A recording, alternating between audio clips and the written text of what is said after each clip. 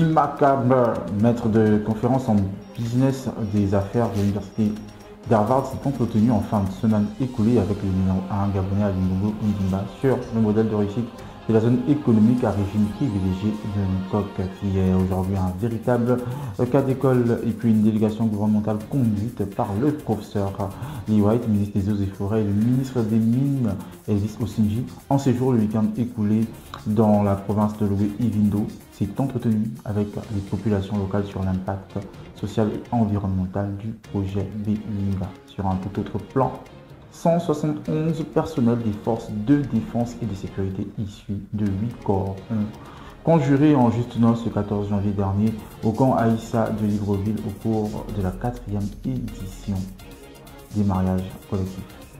Voilà, c'est tout pour les titres. Bonsoir à tous, ravi de vous retrouver pour ce 1945 premier de la semaine.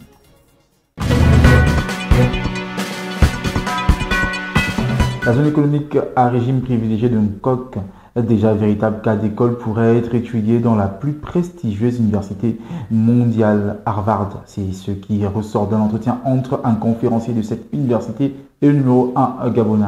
Le détail de l'audience dans ce qui va suivre. Le chef de l'État Ali Bongo Ondimba a reçu en audience ce vendredi 13 janvier 2023 Mr. John D. McCumber, maître de conférence en business des affaires de l'université d'Harvard. Admiratif du succès de la zone économique de Nkok, Harvard va étudier le modèle de réussite gabonais. Je suis professeur à Harvard et j'ai vu des zones économiques dans le monde entier. Et souvent, elles ne sont pas vraiment bien pensées. Elles ont quelques éléments importants, mais pas tout ce qu'il faut. Et ici, la pensée d'utiliser le bois, de créer des emplois, de créer une valeur économique sur le continent et de booster le PIB en général en utilisant non seulement la terre, l'espace, mais aussi les autres industries liées, en formant également les hommes dans la manufacture et le transport maritime. Bâtie sur une superficie de 1390 hectares, la ZERP de Nkok est le fruit d'un partenariat public-privé entre l'État gabonais et l'entreprise singapourienne Olam International à travers la constitution d'une entreprise privée d'économie mixte de droit gabonais. Avec plus de 85 entreprises implantées, elle a réussi le pari à date de créer plus de 16 000 emplois directs et indirects. Aujourd'hui, elle fait cas d'école dans plusieurs pays sur le continent. Exercice de pédagogie, c'est ce qu'il convient de retenir de la mission effectuée dans la province de Logé-Ivindo par le professeur Lee White, ministre des Eaux et Forêts, et son collègue des Mines, Elvis Osinji. Les deux membres du gouvernement se sont entretenus sur l'impact social, mais surtout environnemental du projet Belinga. Jordan Bessière pour le compte-rendu.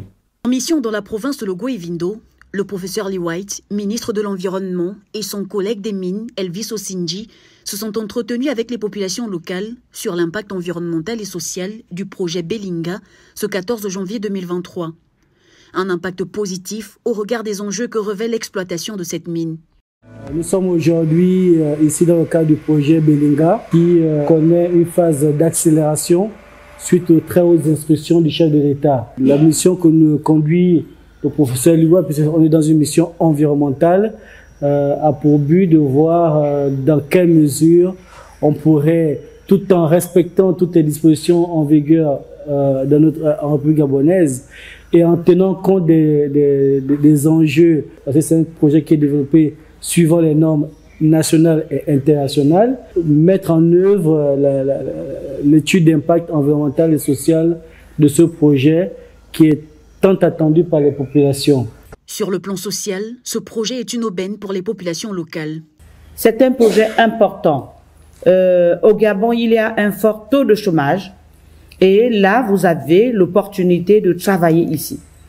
Je vous appelle à plus de conscience professionnelle.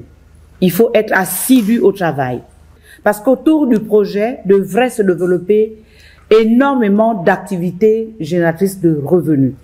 Donc il y a les emplois directement qui vont être créés par le projet, mais il y a les emplois directs et indirects puisque d'autres activités doivent se développer. Un message bien perçu par les populations locales qui indique ne ménager aucun effort pour la réussite de ce projet. Nous sommes sûrs et certains que Belinga verra le jour. Et toute la population de ces districts derrière moi veilleront à soutenir tous les acteurs qui seront dans le site de Belinga. par nos modestes moyens. Encore en phase d'exploration depuis le 16 octobre 2022, ce projet devrait permettre au troisième trimestre de 2023 de créer 800 emplois, avait indiqué le numéro 1 gabonais, Ali Bongo Ondimba, lors de son adresse à la nation le 31 décembre dernier.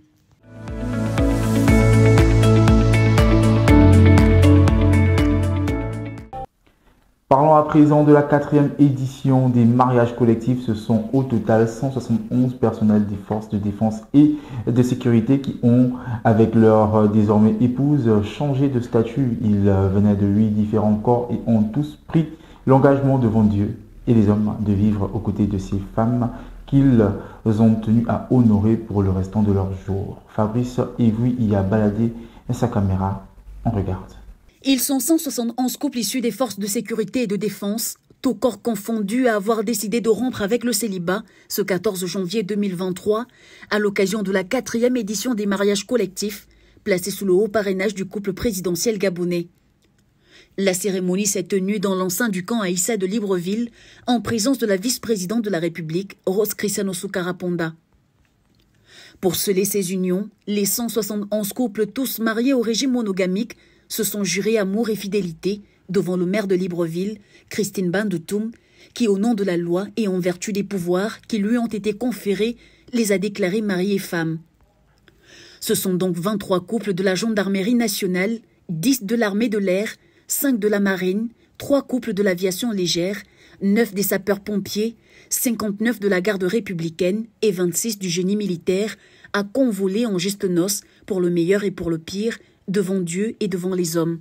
Pour une cérémonie de mariage, ce fut une véritable consécration des personnels de forces de défense et de sécurité ayant fait acte de candidature. Pour une cérémonie de mariage, ce fut une véritable consécration des personnels de forces de défense et de sécurité ayant fait acte de candidature à cette aubaine que leur a offerte l'autorité suprême de leur corps de métier. Voilà, c'est donc sur cette note que nous mettons un terme à notre édition d'information. J'étais ravi de l'avoir présenté.